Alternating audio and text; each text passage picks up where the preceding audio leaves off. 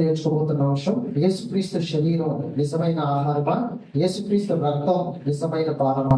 దేవుడు ఇశ్రాయేలీయులకి ఐగుప్తు దేశంలో వారు బానిసలుగా ఉన్నప్పుడు మరి దేవుడు వారికి పస్కాను భుజించమని దేవుడు వారికి చెప్పినప్పుడు వారు ఏం చేశారు అంటే, నిష్కలంకమైనటువంటి ఏడాది గొర్రెను లేదా మేకను వారు తీసుకొని మరి తొలి రొట్టెలతో చేదు కూరలతో వారు ఏం చేశారంటే పస్కాన్ని భక్షించారు. మరుసటి రోజు వరకు ఉంచుకోవద్దని చెప్పాడు దేవుడు. ఒకవేళ అది ఎక్కువైపోతే ఎక్కువ మంది కలిసి ఒక 2 ఇళ్ళు దాన్ని పంచుకోకూడదు, ఆహారాన్ని భుజించమని ప్రభు తండ్రి అయిన దేవుడు వారికి సెలవించాడు. ఇశ్రాయేలీయులు రొట్టెలు కాల్చుకున్నారు, భుజించారు. అలాగే చేదు కూరలతో వాటిని తిన్నారు. ఆ తర్వాత దేవుడు ఐగుప్తు దేశం నుండి బానిసత్వం నుండి వారిని విడిపించాడు. ఎర్ర సముద్రం ఎదురుగా వచ్చినప్పుడు దేవుడు బలమైన గాలిని విసరింప చేసినప్పుడు ఆ సముద్రాన్ని దేవుడు ఆరిన నేలగా మార్చాడు. ఆరిన నేలలో వారిని నడిపించాడు. దేవుడు అవతల ఒడ్డుకి వారిని చేర్చాడు. పగలు మేఘస్తంభంగా, రాత్రి అగ్నిస్తంభంగా దేవుడు వారికి తోడుగా ఉన్నాడు. అలాగే పరలోకం నుండి మన్నాను దేవుడు కురిపించాడు. మరి ఊరేళ్ళను వారి పాలన ఎంత కూడా దేవుడు కురిపించాడు. వారు పరలోకంలో ఉన్నటువంటి మన్నాను తిన్నారు, అలాగే మాంసాలు కూడా తిన్నారు. ఇశ్రాయేలీయులు పరలోకంలో ఉన్నటువంటి మన్నాను తినడం బట్టి చాలా గొప్పగా ఫీల్ అయ్యేవారు. ఈ ఆహారం భూమి మీద పండేది కాదు, ఈ ఆహారం డైరెక్ట్ గా పరలోకం నుండి కురిసింది కనుక ఇది అన్ని ఆహారాల కంటే గొప్పది అనుకోవచ్చు. అన్ని ఆహారాల కంటే మంచిది, అన్ని ఆహారాల కంటే శ్రేష్టమైనది అని అనుకోవాలి. అందుకే యేసుక్రీస్తు ప్రభువారు యూదులతో మరి మన్నాను గురించి అనేకమైనటువంటి విషయాలు, కొన్ని విషయాలు తెలియజేశారండి. చూద్దాం. యోహాను రాసిన సువార్త 6వ అధ్యాయం 47వ వచనం నుంచి చదువుతారు. విశ్వసించి వాడే నిత్య జీవము గలవాడు, జీవాహారము నేనే. మీ పితరులు అరణ్యములో మన్నాను తినలో చనిపోయింది. అంటే ఇశ్రాయేలీయులు ఏమనుకుంటున్నారంటే, ఇదిగో మా పితరులు పరలోకం నుండే డైరెక్టర్ గా మన్నా తిన్నారు, దేవుడే డైరెక్టర్ గా ఆహారం భూమిలో చూపించాడు, కాబట్టి ఆహారం తినేటువంటి వారు చాలా గొప్పగా అనుకుంటున్నాను.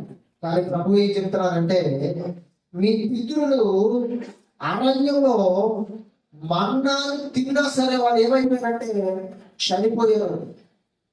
మన్నాను తిన్నాం కదా ఏదో గొప్పగా ఫీల్ అవ్వడానికి లేదు. మన్నాను తిన్నాం కదా అని అదేదో జీవితాంతం బ్రతికించేస్తుందని మీరు అనుకోవద్దు. వాళ్ళు కూడా మీలాగే అందరి మనుషులని వాళ్ళు చనిపోయారు. వాళ్ళు మన్నాను తిన్నా చనిపోయారు. దీనిని తినివాడు చావకుండినట్లు పరలోకం నుండి దిగి వచ్చిన ఆహారమే. పరలోకం నుండి 2 ఆహారాలు పంపించాడు దేవుడు. పరలోకం నుండి 2 రకాల ఆహారాలు పంపించాడు. మొదటిదేమో ఇశ్రాయేలీయులకు ఇస్తే, రెండవ ఆహారమేమో అందరికి ఇచ్చాడు, విశ్వసించిన ప్రతి ఒక్కరికి ఇచ్చాడు. అందుకనండి పేదలు ఏం చెప్తారో చూడండి. విశ్వసించిన వాడే నిత్య జీవము గలవాడు, జీవాహారము నేనే. అంటే దేవుడు పరలోకం నుండి 2 రకాల ఆహారం పంపించాడు. ఒకటేమో మన్నా, ఇశ్రాయేలీయులకు ఇచ్చాడు దేవుడు ఆహారాన్ని. రెండో ఆహారం ఏమో జీవాహారం. ఆ ఆహారం కూడా పరలోకం నుండే పడింది, ఆ ఆహారం కూడా పరలోకం నుండే వచ్చింది, ఆ ఆహారం కూడా పరలోకం నుండే దేవుడు పంపించాడు. ఒకటేమో మన్నా అయితే, రెండోదేమో జీవాహారం. ఇశ్రాయేలీయులు అనుకుంటున్నారు, యూదులు అనుకుంటున్నారు, మా పితరులేమో పరలోకం నుండి పడినటువంటి మన్నాను తిన్నారు, వాళ్ళు ఎంతో గొప్పది అనుకుంటున్నారు. యేసు ప్రభువు అంటున్నారు, మీ పితరులు మన్నాను తిన్నారని మీరు గొప్పగా ఫీల్ అవుతున్నారేమో, వాళ్ళు మన్నాను తిన్నామని ఏమైపోయారు, చనిపోయారు. ఇదిగో ఇప్పుడు పరలోకం నుండి ఇంకొక ఆహారం పంపబట్టింది మీ కొరకు. ఈ ఆహారం తింటే మీరు చావని చెప్పాడు. ఈ ఆహారం మన్నా కంటే గొప్పది. మన్నాను గొప్పదని మీరు అనుకుంటున్నారు, కానీ ఇప్పుడు పంపించినటువంటి ఆహారం మన్నా కంటే గొప్పది. మన్నాను తింటే చచ్చిపోయారు, కానీ ఈ ఆహారాన్ని తింటే మాత్రం మీరు చచ్చిపోరని చెప్పాడు. పరలోకం నుండి దిగి వచ్చిన ఆహారం ఇదే. మొదట ఆహారం తిన్నోనేమో చచ్చిపోయారు, సమాధిలో వారి దేహాలు ఉండిపోయాయి. కానీ రెండోసారి పంపించినటువంటి ఆహారాన్ని తింటే ఈ ఆహారాన్ని తినే వారు చావరు. ఎంత మంచి ఆహారం! దేవుడు ఆదాము చెప్పడు అన్ని తినవు, కానీ అందులో మంచి చెడ్డలు ఇచ్చేటువంటి దేవుడి చెట్టు దగ్గర వెళ్ళదు. అవ్వ చూసినప్పుడు ఆ చెట్టు ఆహారానికి మంచిది అయిపోయిందట, మంచిదిగా కనిపించిందట. అబ్బా, ఇంతకు మించిన ఆహారం లేదనుకుంటుంది, ఇదే గొప్ప ఆహారం అనుకుంది. అప్పటి వరకు ఎన్నో రకాల జాతులు, ఎన్నో రకాలైనటువంటి ఫలాలు తిన్నటువంటి అవ్వ ఆ మంచి చెట్ల చెట్టునిచ్చే ఆ ఫలాన్ని ఇచ్చేటువంటి చెట్టు చూడగానే, ఆ చెట్టుని, తన ఆకుని, తన ఫలాన్ని చూడగానే ఎంతో గొప్పది, మంచిది అనుకుంటారు. దేవుడు అంటున్నాడు, పరలోకం నుండి మన్నా తిండసరికి పితృలు చచ్చిపోయారు, కానీ చావు లేని ఇంకొక ఆహారాన్ని మీకోసం నేను పంపించాను. ఆ ఆహారాన్ని తింటే మీరు చచ్చిపోరు అని. ఆ ఆహారం ఇదే అని చెప్పాడండి. ఆహారం ఇంతే. ఏంటంటే ఆహారం ఆ జీవ చూడండి, 51 వచ్చిన పరలోకం నుండి దిగి వచ్చిన జీవాహారం నేనే ఏమని చెప్పాడండి.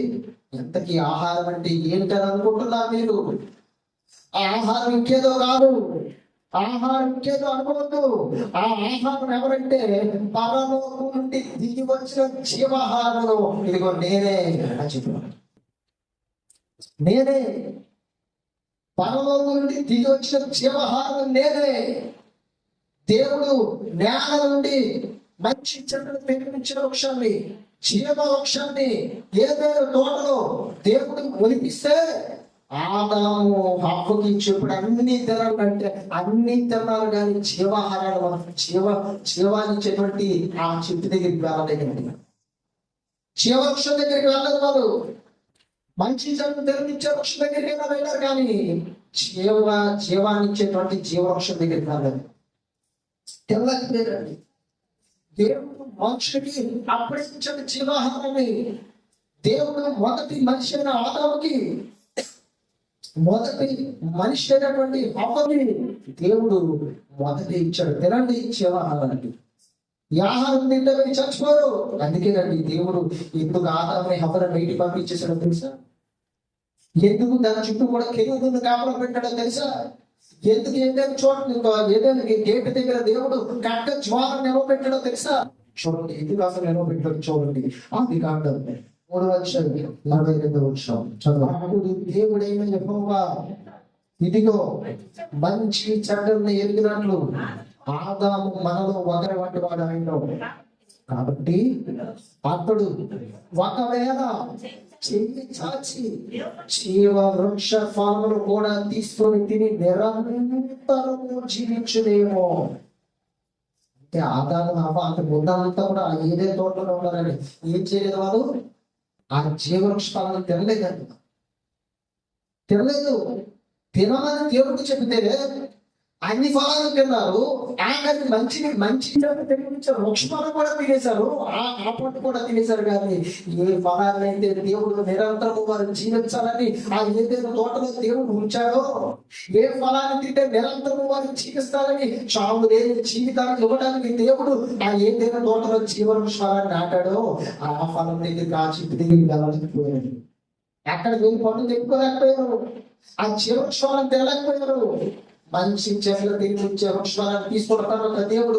ఏదైనా తోటలో నుంచి వాటిని బయటికి పంపించేసిన తర్వాత దేవుడు ఏం చేశాడో తెలుసా? ఇదిగో ఆదాము మంచి చెట్లు ఇందులో మనలో ఒకరి వంటి వాడు అయ్యాడు. కాబట్టి అతడు ఒకవేళ తన చెయ్యి చాచి జీవవృక్ష ఫలాలు కూడా, ఇదిగో జీవవృక్ష ఫలాలు చెప్పేసి కదా నేను తోట వచ్చాను, ఆ జీవవృక్షాలను కూడా తీసుకొని తినేసి నిరంతరం జీవిస్తాడేమో. ఇంకా చావు ఉండదు, ఇంకా చావు ఉండదు. ఆ తలం తింటే చావు ఉండదు, ఆదాముకి చావు ఉండదు, అవ్వకి చావు ఉండదు, ఆ తలం పుట్టినటువంటి జనరేషన్స్ ఎవరికి చావు ఉండదు. ఎంత ఉన్నతమైన విషయం. ఈ రోజు కూడా ఇదిగో జీవము మాటను దేవుడు మనుషుల ముందు పెడితే, వాక్యాన్ని మనుషుల ముందు పెడితే, మరి జీవాహారాన్ని మనుషులకి దేవుడు ఇప్పుడు కూడా ఇస్తే, ఈ రోజుకి కూడా మనిషి జీవాహారాన్ని అందుకోలేకపోతున్నాడండి, తినలేకపోతున్నాడు జీవాహారాన్ని. ఇంకా తినలేని వాళ్ళు బోధనంత మంది నశించిపోయారండి, నశించిపోతూనే ఉన్నారు ఈ రోజు వరకు కూడా. ఆ రోజు ఆదాము నశించిపోయాడు జీవవిశ్వాన్ని తినలేకుండా, అవ్వ నశించిపోయింది జీవవిశ్వాన్ని తినలేకుండా. ఈ రోజు చాలా మంది వందలుగా, వేలలుగా, లక్షలుగా, కోట్లుగా ప్రజలు నిజమైన జీవాహారాన్ని నిరంతరం జీవింపజేసే జీవాహారాన్ని తినలేకపోతున్నారండి. ఆ రోజు అందుబాటులో పెట్టాడు దేవుడు ఆదాముకి. ఈ రోజు వండుకోట్లో పెట్టండి దేవుడు, తినండి అని చెప్తే తినటం లేదండి, తినలేకపోతున్నాడు. ఆ రోజు జీవాహారాన్ని తినలేకపోయారు, ఈ రోజు కూడా అదే జీవాహారాన్ని మనుషులు తినలేకపోతున్నారు. ఏం తినడానికి ఇష్టపడుతున్నారో తెలుసా? ఏం తినాలనుకుంటున్నారో తెలుసా? మంచి చెడ్డల దేవునిచ్చే మోక్ష ఫలాన్ని తినాలనుకుంటున్నారు. ఆ రోజు ఆ హవ్వ తినాలి, ఆదాము తిన్నారు, వాళ్ళిద్దరూ తిన్నారు, దేవునికి దూరం అయిపోయారు. ఈ రోజు కూడా మనుషులు జ్ఞానాన్ని, లోకాన్ని, లోకంలో ఉన్న వాటిని వెతుక్కుంటున్నారు, వాటిని తింటున్నారు తప్ప దేవుని వాక్యం అనే అక్షరమైన ఆహారాన్ని తినలేకపోతున్నారు. ఆదామాట ఏం చేసినట్టు, ఆదాము మనలో ఒకరి వంటి వాడు ఆయన కాబట్టి అతడు ఒకవేళ తన చెయ్యి చాచి జీవవృక్షఫలమును కూడా తీసుకుని తిని నిరంతరము జీవించునేమని దేవుడైన యెహోవా అతను ఏ నేల నుండి తీయబడ్డ దాన్ని శాంతిపరచుటకు ఏదైనా తోట నుండి అతను ఏం చేశాడంట, దేవుడు ఎప్పుడైతే ఆ ఫలాన్ని తినేశాడో, ఈ ఫలం తింటే ఇంకా నిరంతరం జీవించేస్తానని ఆదాము తెలిసి, ఇంకా ఆదాము తినేసి నిరంతరం ఇంకా జీవిస్తాడు దేవుడు. అంటే ఏదైతే తోట నుంచి బయటికి పంపించేసి దేవుడు ఏం చేశాడో చూడండి. అప్పుడు ఆయన ఆదామును వెళ్ళగొట్టి ఏదైనా తోటకు తూర్పు దిక్కున తిరుగులో జీవవృక్షమును మార్గమును కాచుటకు ఇటు పట్టు తిరుగుచుట ఖడ్గ జ్వాలను నిలవబెట్టేను. ఎందుకంటే అంత ప్రొటెక్షన్ ఇచ్చాడు దేవుడు ఆ జీవవృక్షాలని. ఎందుకంత సెక్యూరిటీ? కెరూబులు దేవదూతలు నిలిచిపెట్టిన దేవుడు దేనికి? ఏ దేవుతో లక్షణాలతో ఖడ్గ జ్వాలని అంటే అగ్ని కత్తిని దేవుడు నిలబెట్టాడట. ఎందుకు అంత ప్రొటెక్షన్ అంటే ఆ జీవవృక్షాలలో అంత ప్రత్యేకత ఉంది. ఆ జీవవృక్షాలలో అంత ప్రత్యేకత ఉంది. ఒకవేళ మనిషి అన్న వాడు ఎవరైనా ఆ జీవవృక్షాలను తెలుపుకొని దేవుడు అలాగైతే చచ్చిపోడు, మనిషి కూడా ఏమైపోడు, చచ్చిపోడు, చావడు. అందుకే నేను అంత ప్రొటెక్షన్ ఇచ్చాడు దేవుడు, అంత ప్రొటెక్షన్ ఇచ్చాడని దేవుడు. జీవవృక్షాన్ని ఎవరు తినలేదండి. దాని ఫలాలు తినడం మనం ఈజీ కాదు, దాని ఫలాలు తినడం అంత ఈజీ కాదు. కానీ సంవత్సరాలు గతించాయి, రోజులు గతించాయి, వారాలు గతించాయి, నెలలు గతించాయి. 2000 సంవత్సరాల క్రిందట మన జీవవృక్షం తినడానికి గేట్లు ఓపెన్ చేయబడ్డాయి. 2000 సంవత్సరాల క్రిందట మన జీవవృక్ష ఫలాలు ప్రతి ఒక్కరు విశ్వసించిన ప్రతి ఒక్కరు తినడానికి దేవుడు మరలా గేటులు తెరిచాడు. దేవుడు గేటులు తినండి అని అంటే ఎప్పటికీ కూడా మనిషి ఇంకా తినలేకపోతున్నాడు. ఎప్పటికీ కూడా మనిషి ఆ రోజు ఆదాము హవ్వకి అందుబాటులో అదే తోటలో ఉంచిన తినలేకపోతే, ఈ రోజుకి మనిషికి దేవుడు మరలా వాటి మన జీవవృక్షాన్ని అందుబాటులో ఉంచితే తినలేకపోతున్నాడు, తినలేకపోతున్నాడు. తెలుసా? యోహాను రాసిన సువార్త 6:47 విశ్వసించి వాడే నిత్య జీవనం. అంటే విశ్వసిస్తే ఫలం తినగలవు. జీవహారం నేనే, మీ పితరుల అరణ్యములో మన్నాను తినను చనిపోయేది, దీన్ని తినవాడు చావుకున్నట్లు పరలోకం నుండి దిగి వచ్చిన ఆహారం ఇది, పరలోకం నుండి దిగి వచ్చిన జీవాహారములో నేను. ఇశ్రాయేలు ప్రజలకి జీవాహారం లేదు, మన్నా మాత్రం గురించి దానికి. కానీ ఈరోజు జీవాహారం చదువు తినటం చెప్తాను దేవుడు. తిన్న చదువు 50 వచ్చి ఎవడైనను ఈ ఆహారం భుజించితే వాడి జీవించడం. అక్కడ ఆదికాండంలో ఒకవేళ ఆదాము తన చేయి చాచి జీవవృక్షాలను తీసుకొని తింటే నిరంతరము జీవించునేమో అని దేవుడు ఆదామును బయటికి పంపించాడు. మరి ఇప్పుడు ఇప్పుడేమన్నా చూడండి, దేవుడు ఇక్కడ ఎవరైనా ఈ ఆహారము భుజిస్తే తింటే వాడు ఎల్లప్పుడూ జీవిస్తాడు. జీవవృక్షాలను తింటే నిరంతరం జీవిస్తారు. అక్కడ ఎక్కడికి వచ్చేసరికి కొత్త నిబంధనకు వచ్చేసరికి ఈ ఆహారం తింటే, ఈ జీవాహారం తింటే వారు కూడా ఎల్లప్పుడూ జీవిస్తారు. వారు కూడా ఎల్లప్పుడూ జీవిస్తారు. మరియు నేను ఇచ్చాను లోకమునకు జీవము కొరకైన నా శరీరమే మీతో నిశ్చయముగా చెబుతున్నాను. ఎంతకీ ఆహారం ఏంటి? ఆహారం ఎవరు అంటే ప్రభువైన చూపిస్తాడు. ఆహారం ఎవరు? ప్రభు అయిన యేసుక్రీస్తు. ఆ ఆహారాన్ని దేనిగా చేసించాలంటే ఆహారం ఇదిగో నా శరీరమే ఆహారం, నా శరీరమే మీ కొరకు ఆహారం. మరియు నేను ఆహారము లోకమునకు జీవము కొరకైనా, ఈ లోకంలో ఉన్న ప్రజలకు జీవం రావాలంటే, మనిషి జీవించాలంటే ఇదిగో నా శరీరాన్ని మీరు తినాలి అని చెప్పాడండి. నా శరీరం జీవం కలుగ చేస్తుంది మీలో అని చెప్తున్నాడండి. 52వ వచనంలో చూడండి. ఎప్పుడైతే యేసుక్రీస్తు మాటలు చెప్పారో అక్కడ ఉన్నటువంటి యూదులందరికీ ఏమీ అర్థం కావట్లేదు. అక్కడ ఉన్నటువంటి యూదులందరికీ కూడా ఏం ఆలోచన తప్పటం లేదు. ఏమనుకుంటున్నారో చూడండి. 52వ వచనంలో తన శరీరము ఎలా తినని ఒకరితో ఒకడు వాదించిరి. ఎప్పుడైతే యేసుక్రీస్తు చెప్పి ఇదిగో నా శరీరాన్ని తింటే మీరు జీవం కలుగుతుందంటే అందరూ కూడా ఆశ్చర్యపోతున్నారు. అందరూ కూడా ఏం మాట్లాడాలో అర్థం అవ్వలేదు. ఏంటి శరీరం తినాలా? శరీరం తినాలా? ఏంటి ఈ బాడీ తినాలా? ఎలా తినాలి శరీరాన్ని? శరీరం తినమంటున్నాడు ఏంటి? మనం ఏమైనా నరమాంస పక్షులమా? మనం ఏమైనా మృగాలమా? మనం ఏమైనా జంతువులమా? మనం ఏమైనా పిచ్చాచామా? ఏమంటే శరీరాన్ని తినమంటున్నాడు ఏంటి? అసలు శరీరాన్ని ఎవరైనా తింటారా? శరీరాన్ని ఎవరు తినగలరు? ఆయన ఎలా తినేయగలరు శరీరాన్ని? శరీరం చోమలు అంటున్నాడు. శరీరమే నిత్య జీవం కలుగజేస్తుంది అంటున్నాడు. శరీరంలో జీవం అంటున్నాడు. ఎంతకి శరీరం ఎలాగైతే తినాలి? శరీరం ఎలా తినమంటున్నాడు? అసలు ఏం మాట్లాడుతుంది యేసుక్రీస్తు? ఏం చెప్తాడు యేసుక్రీస్తు? శరీరం తినాలంటే అని ఒకరితో ఒకరు వాదించుకుంటున్నారండి. అక్కడ ఉన్నటువంటి యూదులందరూ ఒకరితో ఒకరు వాదించుకుంటున్నారు. అందుకే చూడండి ఒకసారి. కావున యేసు ఇట్లనెను, మీరు మనుష్య కుమారుని శరీరము తిని ఆయన రక్తము త్రాగితేనే కానీ మీలో మీరు జీవము కలవారు కాదు.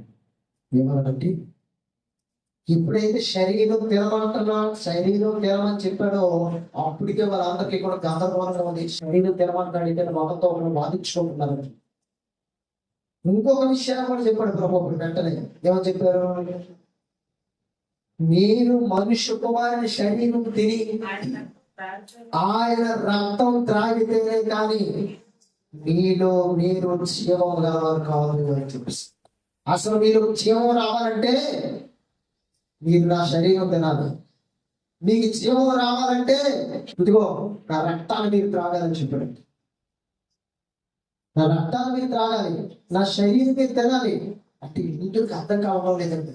ఆయన చెప్పిన మాటల్లో ఆ మాటల్లో ఉన్నటువంటి భావం, ఆ మాటలో ఉన్నటువంటి తాత్పర్యం, ఆ మాటలో ఉన్నటువంటి లోతైనటువంటి నిగూఢమైనటువంటి అర్థం నాకు అర్థం కావడం లేదు. నా శరీరం నా రక్తం మీరు తింటేనే కానీ మీలో మీరు జీవకాలం కాదు అని చెప్పు. ఇంకేమంటారు చూడండి. 54 వచ్చును. నా శరీరము తిని నా రక్తము త్రాగబడే నిత్య జీవము గలవాడు. ఎవరైతే నా శరీరం తింటారో, ఎవరైతే నా రక్తం త్రాగుతారో వారే నిత్య జీవం గలవారు అని చెప్పారు.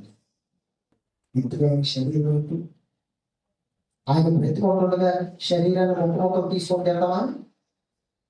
ఆయన బ్రతికొండగా కోసేసి ఆయన రక్తాలు త్రాగటమా? అసలు ఆయన శరీరం అంటే ఏంటో చూడండి ఒకసారి. మత్తయి రాసిన సువార్త 26 వచనం చదువుకోండి. 16 భోజనము చేయుచుండగా యేసు ఒక రొట్టె పట్టుకొని తాను ఆశీర్వదించి వీరించి తన శిష్యులకిచ్చి, మీరు తీసుకొని తిరిగి ఇది నా శరీరం అని చెప్పాడండి. అక్కడేమో యూదులకి ఏమని చెప్పాడు? నా శరీరం తింటేనే మీకు జీవం, నా రక్తం త్రాగితేనే మీరు జీవం కలుగుతుంది అని చెప్పాడు. వాళ్ళకి అర్థం అవ్వలేదండి, వాళ్ళకి అర్థం అవ్వలేదు. అసలు ఆ శరీరం అంటే ఏంటో శిష్యుడికి చెప్పాడు. ఏమని చెప్పాడు? వారు భోజనం చేస్తుండగా ఒక రొట్టెలా ఎత్తుకొని ఆశీర్వదించి వీరించి ఈ శిష్యుడికి, దీన్ని తీసుకొని తినండి. ఎంతకి శరీరం అని చెప్పారు కదా, నా శరీరం అని చెప్పారు కదా. నా శరీరం అంటే ఏమనుకుంటున్నారు? ఇదే నా శరీరం, ఈ రొట్టె నా శరీరం. మనం రొట్టె ద్రాక్ష చూస్తాం. ఇప్పుడు అది రొట్టిగానే ఉందండి. అది ఎలా ఉన్నది? రొట్టిగానే ఉంది. ఆ రొట్టిగా ఉన్నటువంటిది దాన్ని ప్రార్థన చేసి దాన్ని విరిచినప్పుడు, దాన్ని ఆశీర్వదించి విరిచినప్పుడు అది ఎలాగ మార్చబడుతుందంటే క్రీస్తు శరీరం. దాన్ని ఆశీర్వదించి ప్రభావిని ఆశీర్వదించండి అని దాన్ని విరిచినప్పుడు అది క్రీస్తు శరీరంగా మార్చబడుతుంది. మామూలుగా అది ద్రాక్ష రసమే, కానీ కృతజ్ఞతాస్తుతులు చెల్లించినప్పుడు, ప్రార్థన చేసినప్పుడు ద్రాక్ష రసం తేలిగ్గా దేవుడు మారుస్తున్నాడు. ఆయన రక్తం శిష్యుడికి విరిచి రొట్టె విరిచి ఇచ్చి, నా శరీరం తినండి. నిన్న చదువుదామండి 27 వచ్చిన మత్తయి రాసిన సువార్త 26 వచ్చిన. మరియు ఆయన గిన్నె పట్టుకొని కృతజ్ఞతాస్తుతులు చెల్లించి వారికి ఇచ్చి, దీనిలోనిది మీరందరూ త్రాగుడి, ఇది నా రక్తం. ఎంతకీ రక్తం అంటే ఏమనుకుంటున్నారు? నా రక్తాన్ని త్రాగితేనే మీరు జీవం కలుగుతుందని యోహాను రాసిన సువార్తలో ప్రభు చెప్తే, యూదులకు అర్థం అవుతుంది ఇదేంటి? శరీరం తినమంటున్నాడేంటి? రక్తం త్రాగమంటున్నాడేంటి? మనం ఏమైనా పెంచగలమా? మనం ఏమైనా మృగాలమా? మనం ఏమైనా మరి జంతువులు అనుకుంటున్నారు. శరీరం అంటే రొట్టెని వాళ్ళకి అర్థం అవ్వలేదు. రక్తం అంటే ద్రాక్ష రసం అని వాళ్ళకి అర్థం అవ్వలేదండి. ఇదిగో శిష్యుని చెప్పుకుంటుంది. శరీరం అంటే ఇదిగో నాకున్నటువంటి భౌతికమైనటువంటి బాడీ కాదు, నా శరీరం ఇదిగో రొట్టె అని చెప్పాను. రక్తం అంటే ఇదిగో నాకున్నటువంటి నిజమైన రక్తాన్ని నేను తాగడం కాదు. రక్తం అంటే ఇదిగో ద్రాక్ష రసం. నేను దాన్ని నా శరీరం కావాలి, రక్తంగా మారుస్తున్నానని చెప్పాడండి. ఇప్పుడు ఆశీర్వదించినప్పుడు, విరవమైనప్పుడు, కృతజ్ఞతాస్తుతులు చెల్లించినప్పుడు అది రొట్టె ఆయన శరీరంగాను, ద్రాక్షరసం ఆయన రక్తంగాను మార్చబడుతుందంటే 28 వచ్చింది. అనగా పాప క్షమాపణ నిమిత్తం అనేకుల కొరకు చెల్లించబడుతున్న నిబంధన రక్తం. ఎంతటి ఎందుకంటే ఆ రక్తం ఆయన మనకి ఇచ్చాడనంటే ఆ రక్తానికి ఒక ప్రత్యేకత ఉంది. ఏంటంటే ఆ రక్తం చిందించబడటం ద్వారా అనేకుల కొరకు చిందించబడుతున్న నిబంధన రక్తం. దేనికోసం ఆ రక్తం చిందించాడంటే 27 వచ్చినటువంటి ఆయన ఇల్లు పట్టుకొని కృతజ్ఞతాస్తుతులు చెల్లించి వారికి ఇచ్చి, దీనిలో మీరందరూ త్రాగుడి. 28 వచ్చిన ఇది నా రక్తము అనగా పాప క్షమాపణ నిమిత్తం. ఎందుకైనా రక్తం కాల్చాడు? పాపాలు క్షమించబడ్డానికి, మనుషుడి యొక్క పాపాలు క్షమించబడ్డానికి యేసుక్రీస్తు రక్తం కాల్చాడు. ఆయన రక్తం కాల్స్తే మన పాపలు ఎలా క్షమించబడతాయి? యేసుక్రీస్తు ఎప్పుడో 2000 సంవత్సరాల కింద రక్తం కాల్చాడు. మన పాపలు ఎలా క్షమించబడతాయి? పారాసిటమాల్ టాబ్లెట్ ఎంతమందికి తెలుసు? డోలో 650 అంతమందికి తెలుసు. నీకు స్వరం వచ్చింది. ఆ పారాసిటమాల్ అనేది కొన్ని సంవత్సరాల కింద కనిపెట్టుకుంది. దానికి ఆ ఫార్ములా కొన్ని సంవత్సరాల కింద పారాసిటమాల్ సంబంధించినటువంటి ఫార్ములా కనిపెట్టింది. ఆ టాబ్లెట్ వేసుకుంటే నువ్వు పుట్టి ఒక 10 సంవత్సరాలు అయ్యింది, ఒక 15 సంవత్సరాలు అయ్యింది, ఒక 20 సంవత్సరాలు అయ్యింది, నీకు పని చేస్తుందా పని చేయదు జ్వరం వచ్చినప్పుడు.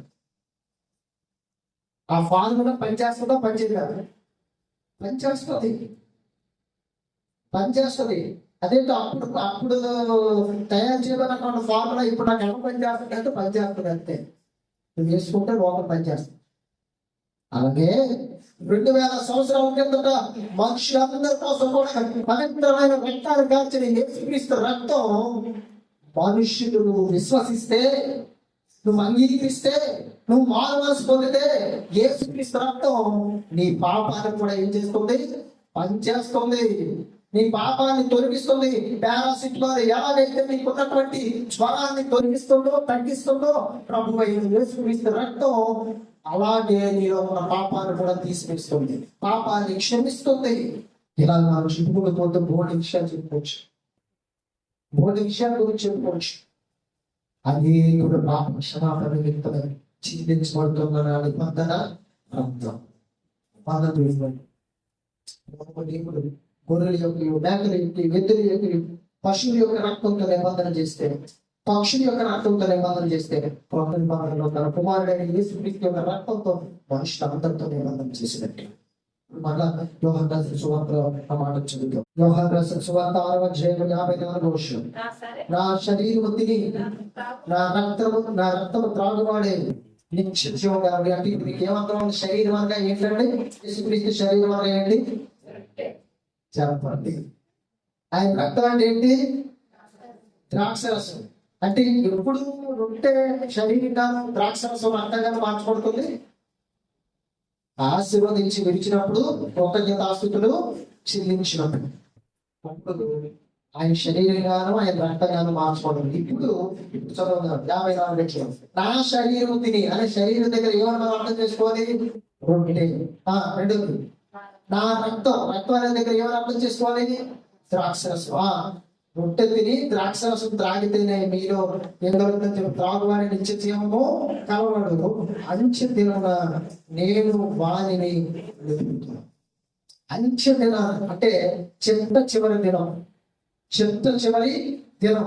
భూమి ప్రారంభమైనప్పుడు 24 గంటల కాల వ్యవధిలో మొదటి దినం ప్రారంభించబడితే చిట్ట చివరి దినం ఏంటంటే యేసుక్రీస్తు యొక్క 2వ రాకడలో చిట్ట చివరి దినం ఉంటుంది. ఆ దినం తర్వాత ఇక దినాలు ఉండవు, భూమి ఉండదు, పైన వరకు కలిగిపోతుంది. పచ్చబోతాలు వికటమైన వ్యాపకతో లయమైపోతాయి, ఇంకేం ఉండదండి. దేవుడు పంచిపోతానుగా గాలిని, నింగిని, నిప్పుని, నీరుని, భూమిని దేవుడు ఇచ్చాడు పంచిపోతాను. ఈ పంచిపోతాలు ఏమైపోతాయి? వికటమైన వ్యాపకంతో లయమైపోతాయి, కరిగిపోతాయి, మైనుడు వరకు కరిగిపోతాయి చెప్పండి పేతురు రాసిన పత్రిక. కాబట్టి అదే చిట్ట చివరి దినం, అంచె దినాన్ని నేను లేపుతాను అన్నది. ఎక్కడి నుంచి లేపబడతావు? ఎక్కడి నుంచి దేవుని లేపుతాడు? క్రీస్తు నుండి మృతులైన వారు మొదట లేపబడతారు. ఎక్కడి నుంచి? సమాధుల్లో నుండి లేపబడతారు. సమాధులు అంటే మొదటి ఛాన్స్ క్రీస్తు నుండి మృతులైన వారు మొట్టమొదటిగా లేపబడతారు. ఎందుకు? ఆయన శరీరంలో ఉంటున్నాం కనుక. ఆయన రక్తాన్ని భూమి మీద బ్రతుకున్నప్పుడు సంఘంలో ఆయన శరీరాన్ని తెలవగలగా, సంఘంలో ఆయన రక్తాన్ని తాగావు కనుక దేవుడు అంచె దినాన్ని నేను లేపుతాను సమాధిలో.